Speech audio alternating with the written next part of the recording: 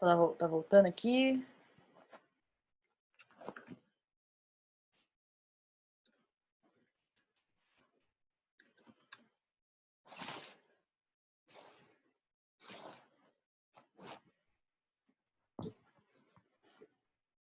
Bom, não sei se todo mundo vai voltar. Se puderem compartilhar o link para facilitar.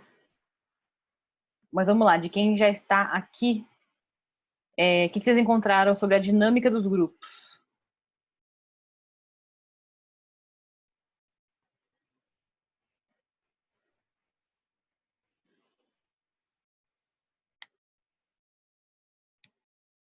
Sobre dinâmica de grupos? Alguém?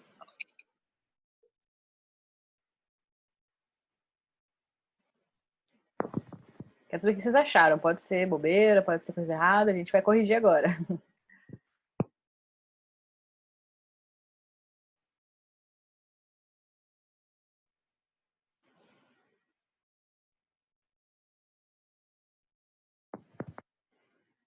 Vamos lá, gente. O que vocês sabem ou pensam sobre a dinâmica de grupo? Vamos formular isso juntos. Quem não teve tempo de pesquisar até aqui.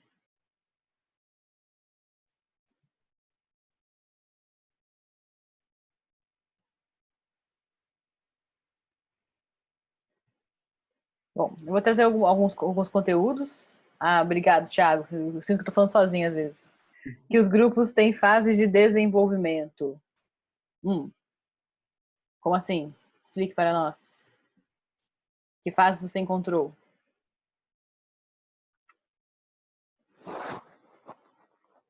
De fato, o grupo não nasce pronto, né? A gente formula esse grupo e essas forças que a gente estava falando, né? Que estão presentes na teoria de campo, vão explicar esse desenvolvimento dos grupos e como os grupos funcionam. Professora, posso usar a Por palavra? favor. Como eu tinha até falado, nesse artigo aqui, se for pensar na ideia de dinâmica, né, já tem o próprio conceito da física, que ele usava bastante, Uhum. a ideia justamente das forças. Então, como a gente já tinha falado, até acho que a gente acelerou um pouco na hora de falar da teoria do campo, justamente essa ideia de que sempre tem, né, como nessa própria frase fala, né, não é só a soma dos indivíduos.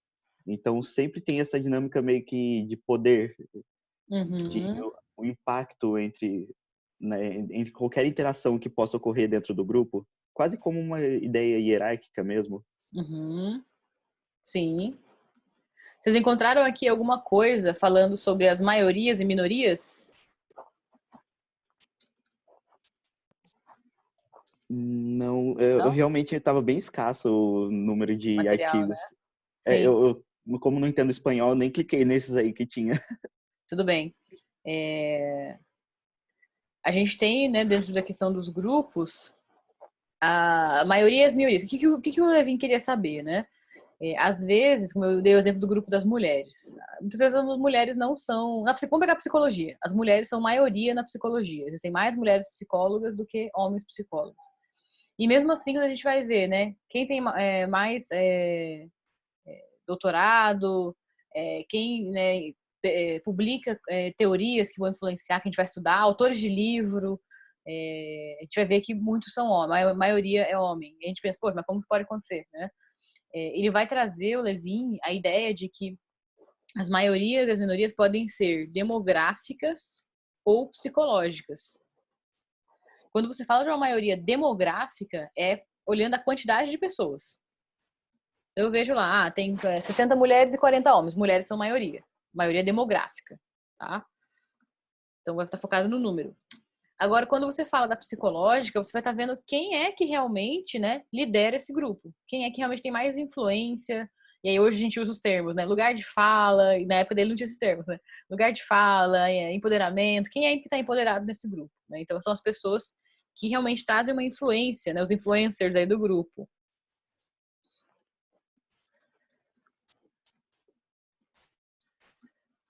E aí, por exemplo, no caso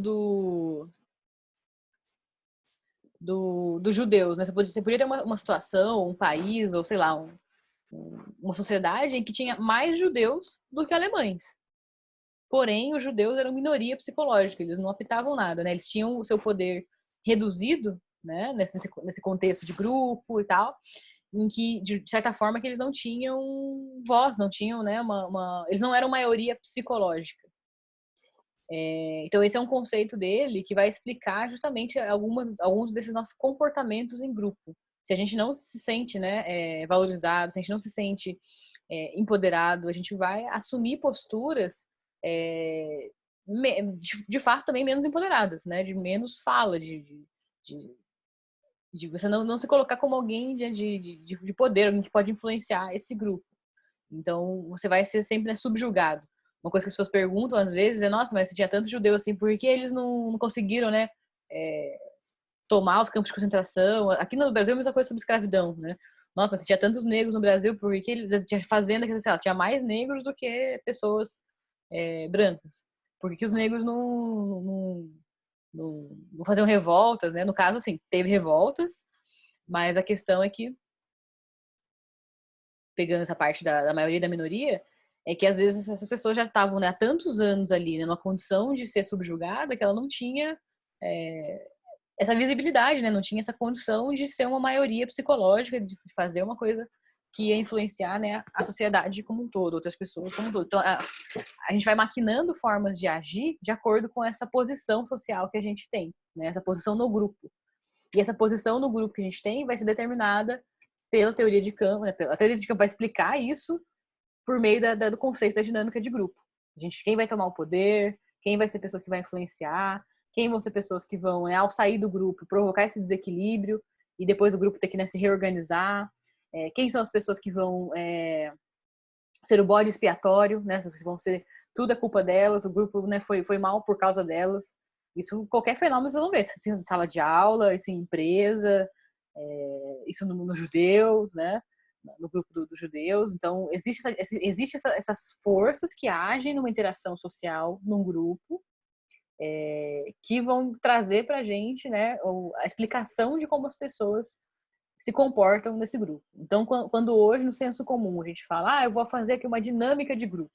Você está usando esse conceito, porém, o que eu queria que você soubesse, já enfatizei isso, quero enfatizar de novo, é que o conceito do Levin não é como a gente usa hoje. Eu vou aplicar uma atividade e as pessoas vão fazer essa atividade. Isso é um método que você pode utilizar para você observar como funcionam essa dinâmica, como funcionam as pessoas dentro dessa dinâmica, tá? Mas não aplicar uma dinâmica de grupo não é o conceito do Levin. Isso é uma coisa muito, né, inferior ao que ele propôs. Ele propôs toda uma teoria para explicar que as pessoas estão nessa relação de forças, né? Aqui o Gabriel vai dizer, tem o grupo formal e o informal dentro de cada instituição. Eu acho que, Gabriel, esse é um ponto até assim, que a gente não precisa se deter tanto nele, viu? Não é um ponto tão importante na teoria do Levin, tá? Então, beleza, legal que você achou essa informação, mas vamos tentar selecionar o que é o mais importante, né? Não é isso. Como o grupo é algo vivo, também ele evolui. Essa explicação sobre as fases, né? Exatamente, Gabriel. Tiago. Então, ele passa por processos de consolidação e desenvolvimento de confiança, a princípio, por exemplo. Exatamente. Isso tem a ver com o que a gente estava falando sobre a mudança, né? As mudanças dos hábitos das pessoas, as mudanças do grupo. As coisas não acontecem do dia para a noite, né? Há que se considerar o processo histórico também, né? Há que se considerar como esse grupo funciona para ele chegar em alguns modos de funcionamento. E a dinâmica de grupo, né, vai falar para a gente como esse grupo chegou a funcionar de determinada forma. Como, por exemplo, a gente fala isso, né? Existe violência contra a mulher. Beleza, então vamos ver como é que isso foi se formando, né? Não é uma coisa do dia para a noite, não é de repente alguém pensar, beleza, eu posso bater na mulher e tudo certo. Tem aí, né, forças que atuam, né, motivações que atuam, e inclusive a palavra motivação, vou poder colocar aqui. O Levin teve uma importância na questão das teorias sobre motivação, que a gente estudou ano passado, né? A gente não chegou a ver o Levin no ano passado, quando a gente estudou motivação, mas ele vai dizer, né, que dentro dos grupos também, e nos indivíduos também, de certa forma, existem, né, tensões, necessidades que vão dizer como as pessoas vão agir, né? As pessoas se motivam para agir. Uma tensão é uma coisa que a gente precisa resolver, né? Aquele impulso que a gente tem para resolver alguma coisa.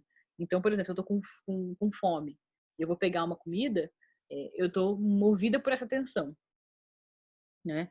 A necessidade é o alimento, a necessidade é comer, preciso comer, né? E a tensão é aquilo que vai fazer com que eu vá atrás. Desculpa, a tensão é a fome, o impulso. O impulso, é aquilo que faz eu ir atrás da comida. Então, assim, fome é uma necessidade básica. Quando eu sinto fome, eu estou em tensão. Né? Eu quebrei com a minha homeostase. Lembra que o Bruno falou do equilíbrio, né? A homeostase é esse equilíbrio que a gente tem na nossa vida, né? Pegando o conceito biológico. Se eu tô numa tensão, que eu tô com fome, por exemplo, eu vou levantar daqui e vou pegar uma comida, que é o meu impulso. Tá? Essa teoria do Levin vai dizer também como as pessoas se motivam para agir, que influenciou essa área de estudos da motivação. Né? Então, gente, esses são os pontos principais para guiar vocês com relação à leitura do Levin. Né? A gente não vai conseguir se aprofundar mais do que isso, mas eu queria que vocês tivessem conhecimento disso, da teoria de campo, desses dois campos que ele descreveu, da Gestalt, do tipo de pesquisa que ele fez, da dinâmica de grupo, para vocês poderem, né, então, ler agora os textos, já sabendo disso, já tendo esses conceitos em mente. Tá? Dos dois textos que eu pus no cronograma, tem o texto da Regina Benevides, que já está naquele drive que eu compartilhei com vocês, e tem um outro texto do Oswaldo Saidon, que eu não compartilhei ainda com vocês, mas eu tenho o livro. Eu vou escanear o livro e colocar lá na plataforma para vocês. Mas o texto do Oswaldo Saidon, ele é um texto muito complexo. Então, leiam primeiro, sugestão, né? Leiam primeiro da Regina e já vão, né, com ele meio mastigado para o texto do Saidon. E leiam do Saidon apenas com mais um complemento, né? Coisas novas que ele vai trazer. E não se preocupem, assim, de não entender alguma coisa, não entender, tipo, cada detalhe do texto. Às vezes a gente se prende tentando entender cada detalhe do texto. Tentem ler o todo e ver o que eu entendo disso. Porque senão vocês não vão avançar na leitura, assim, porque senão a gente vai ficar voltando para entender, porque é um texto mais... A escrita dele é uma escrita mais difícil, assim, ele tenta resumir demais as coisas de um jeito estranho. Tiago, professora, dá para dizer que os grupos motivados por certos sentimentos evoluem mais rapidamente? Por exemplo, um grupo que surge pela indignação com algo. Sim, Tiago, a gente pode dizer que as emoções, elas vão estar influenciando diretamente a motivação de um grupo. Né? Vamos pensar em contextos de revolta, contexto de protesto, né?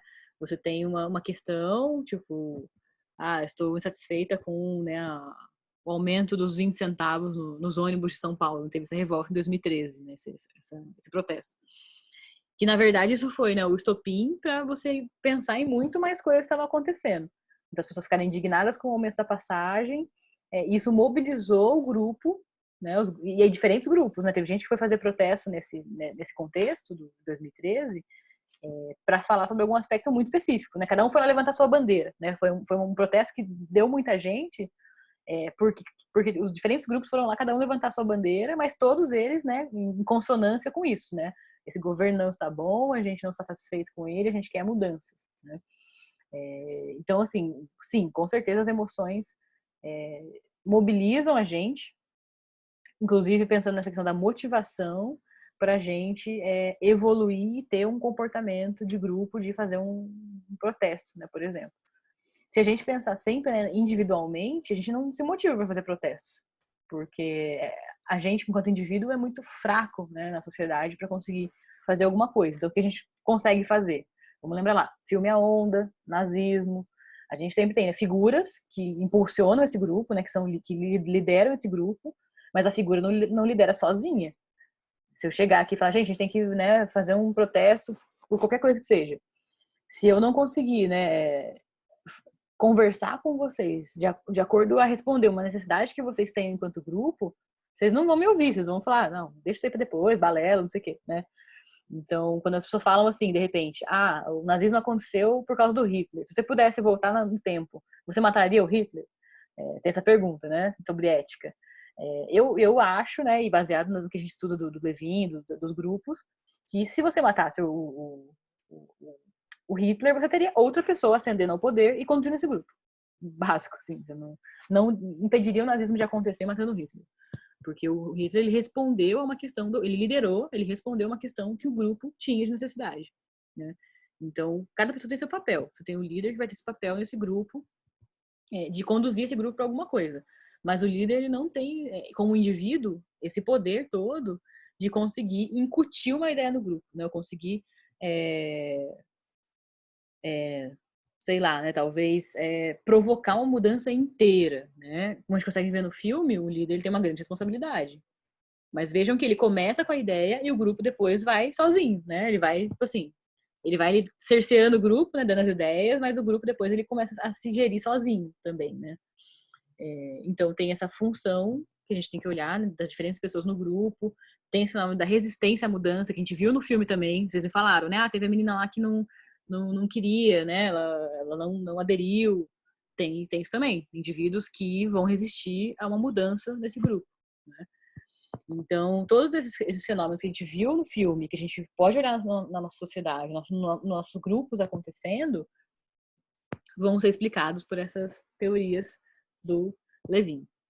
Ok? Por isso que ela é uma teoria, né, muito forte, muito influente. Ele foi um dos primeiros a falar tudo isso, explicar tudo isso, então fez muito sentido, né?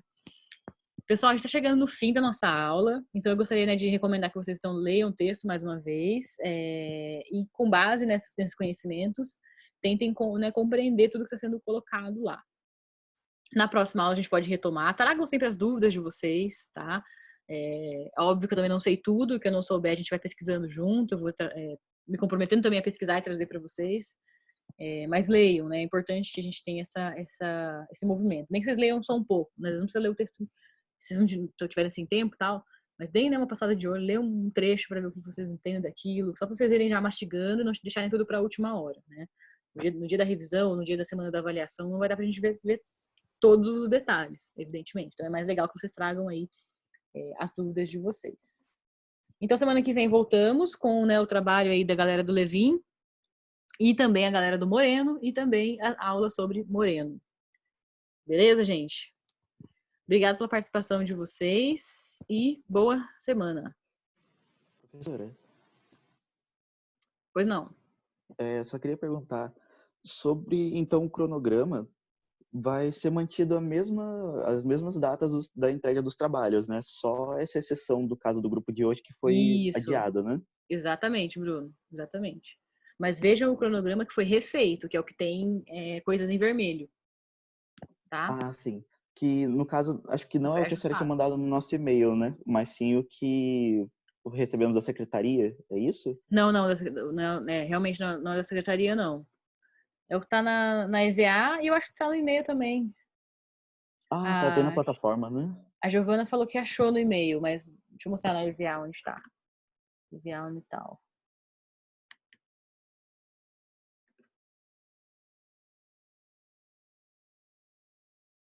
Ó, na EVA, ó, bem-vindos ao EVA, que não entrou ainda. Vocês vão entrar na matéria de vocês. Fundamentos da psicologia dos grupos terceiro C. Tá aqui, ó, cronograma refeito. Aí vocês clicam aqui e vão ter acesso ao cronograma. Tá Ah, bom? ótimo, E eu vou ok. alimentando sempre semanalmente aqui, ó. Às vezes eu não consigo pôr, tipo, na aula, né, diretamente, mas eu, logo em seguida da aula, mas eu coloco dentro da mesma semana. Aqui coloquei os livros, as próximas aulas. Beleza? Ok, eu mandei já pro e-mail da senhora também o artigo que eu tinha achado, então daí a Ah, senhora vai muito publicar aí obrigado. também, né? Eu adiciono aqui também como material de extra. Tá Ok, ótimo, Bruno. Muito obrigada. Já chegou já. imagina, eu que agradeço. Obrigada a vocês, pessoal.